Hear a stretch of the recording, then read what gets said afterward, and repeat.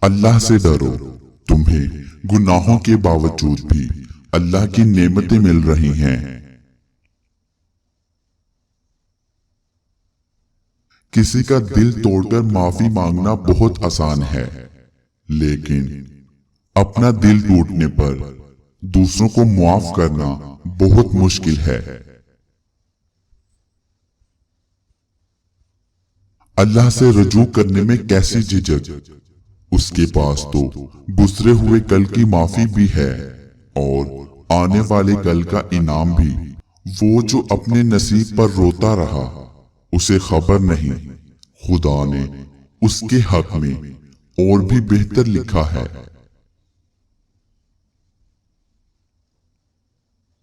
جب اچانک دل اداس ہو تو وہ روح مرمت کرنے کا لمحہ ہوتا ہے۔ سنا ہے توبہ کرنے سے روح مرمت ہوتی ہے۔ مومنوں، تم سب اللہ کے آگے توبہ کرو تاکہ فلاح پاؤ۔ توبہ روح کا غسل ہے، جتنی بار کرو گے روح میں نکھار پیدا ہوگا۔ رابعہ بصری سے کسی نے پوچھا کہ کیا گناہ گار کی توبہ قبول ہوتی ہے؟ فرمایا، انسان اس وقت تک توبہ کر ہی نہیں سکتا جب تک اللہ توفیق نہ دے۔ جب توفیق مل جائے تو قبولیت میں کوئی شک نہیں رہتا۔